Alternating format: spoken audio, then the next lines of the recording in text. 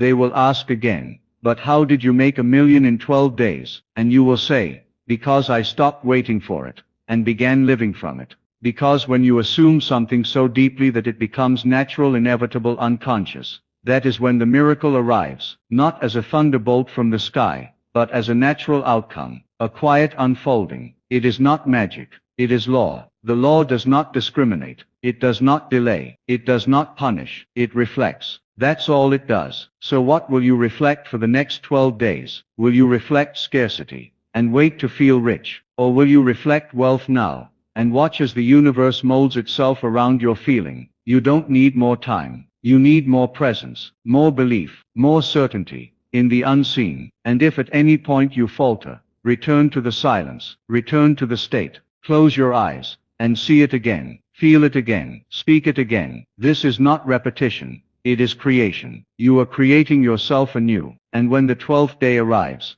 the shift may be so natural, so seamless, that you won't even remember the day it began. It will feel as though you've always been this version of you, because in truth you have. You just forgot, and now, you remember. You remember that everything you've ever desired has been waiting on the other side of your assumption. You remember that wealth was never something to chase, it was something to claim. You remember that the state of being precedes the state of having, and that by shifting the feeling within, the outer world bows in response. And as you walk through these 12 days, not in effort, but in embodiment, you will find yourself smiling for no reason at all. That's how you know it's working. When joy arises without evidence, when peace replaces panic, when your heart whispers, I have it, even if the outer world says otherwise. Because now, your outer world is not your God, your imagination is. You trust the invisible more than the visible. You trust the scene behind your eyelids more than the numbers in your bank account.